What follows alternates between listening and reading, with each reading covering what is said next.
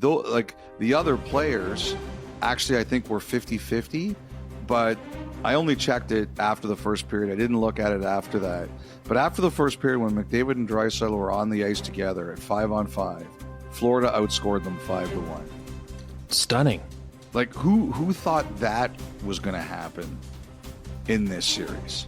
Like, Florida, they figure out what you're good at and they take it away from you. Because they're great players who are disciplined at doing it. That is their gift. They make you think, oh, they beat us, we weren't that good. Well, maybe you weren't that good, but you know why you weren't that good? Because they won't let you be good. You know, the Oilers, I know everybody's hurt, and I know they're really disappointed, and McDavid sure looked angry. You know, they've been in the final 2 years in a row. That's a really hard thing to do. And they mowed down the rest of the Western Conference. Like, I know this sucks, and it's a horrible feeling, but don't over-exaggerate or don't go crazy. They got beat by a powerhouse. Now, they're going to have to decide what they're going to do in goal. Now, in the regular season, they felt very strongly that what was available to them at the prices that were available to them, it wasn't worth it. Now you go into the offseason and you have to decide, how do we feel about that? Okay? Mm-hmm. Their depth was a huge factor in the playoffs. And then in the final, they didn't have enough support for the big guys. All of a sudden, that went dry. You know, Kane had a tremendous playoffs, and he took a bunch of penalties in the final that basically ended his effectiveness. Nugent Hopkins, like, we'll see what it was, but the talk is, I think we can say it now, it was a broken finger or hand or wrist or something like that. So that ends his effectiveness. Hyman was out. So immediately you lose Hyman.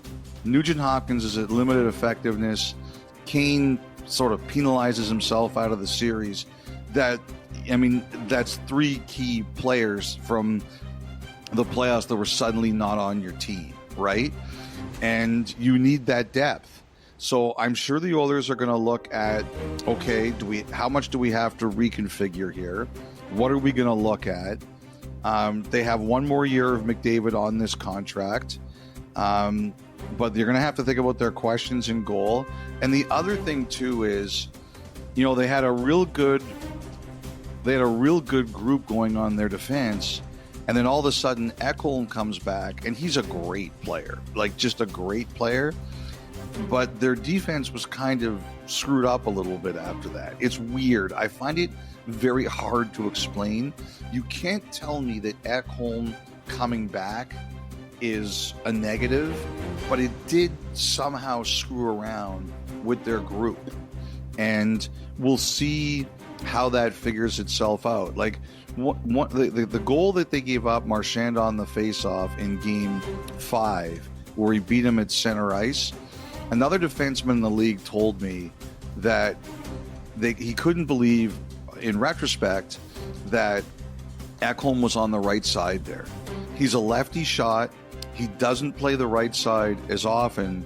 He's coming back from an injury. Said that even a player as good as Ekholm is really going to have a hard time making that play, and he turned the wrong way. And I was thinking that on the play where he got beat on the first goal by Reinhart in Game 6, again, he was on the right side, and he got beaten going to the middle of the ice. Like, the whole thing is just weird. I don't really know how to say it, how to explain it. But Edmonton's D played really well for most of the playoffs. I think the biggest questions they're going to have, Kyle, is number one going to be in goal, and number two, you know, what do they think of their forward mix? We know that Frederick is getting extended. He's signing a long-term deal at a lower AAV there in Edmonton. I think Bouchard gets extended. Yes, he had a really rough Game 6. That was a tough pass, the first goal, but he did have the turnover at the blue line late in the first period. But for the most part, he had a phenomenal playoff, and I think he's going to be extended at a very big number. And also there's a McDavid extension to worry about, and I'll have some thoughts about that probably on Friday when we do our next pod. But I think the biggest question Edmonton has are, one, how do they feel in goal? And number two, what are they going to do with their forwards? It's a lot to think about for the Oilers for sure. Stuart Skinner, Calvin Pickard, both with 1 year left on their deal as it currently stands. And, well, Pickard, of course, and Stuart now as well, Skinner, will be UFAs at the conclusion of those deals. You know, we talked a lot about going into this series, and certainly early on was the McDavid Barkov matchup. Elliotte, I think, I know the panel talked about it. Luke Gazdick in the post-game show with Ken and Ivanka did a great highlight pack on it all. The real matchup of McDavid versus Gustav Forsling was just an unbelievable job by Forsling, where, I mean, how many times, just in Game 6 alone, where it wasn't you're completely wrapping McDavid up, but you're just getting enough of a piece to disrupt what he is trying to do. And you mentioned the frustration that McDavid had in the postgame. The one line that stuck out to me was, we kept trying the same thing over and over again, banging our heads against the wall. Now, I don't know if that's just, as we say, the frustration, the anger of the way it all ended for him and the Oilers again this year, or if there is a little more to that. I don't know if you caught that at all in the aftermath. I didn't. You know, I was out. Yes, you were busy, guys. So I'll have to look at it more. Yes, I just heard he was really upset, really angry. Like, you could see how angry he was. Because you know why it struck me, because, and why I just, all right, we'll let the dust settle a little bit here and see if there's anything deeper to what he said about that. But do you remember the famous Daniel Alfredson quote when he was still playing for Ottawa? Which one was that one? So in the 2013 playoff second round, they're up against Pittsburgh. They lose Game 4 at home to go down 3-1, and Sylvain St. Laurent, who of course now part of the PR staff with Ottawa, was still a reporter at the time, and he asks Alfredson in the room post-game, you know, is it feasible to think you can beat the Penguins 3 games in a row now? And Alfie says probably not, and of course that catches on like wildfire. And someone told me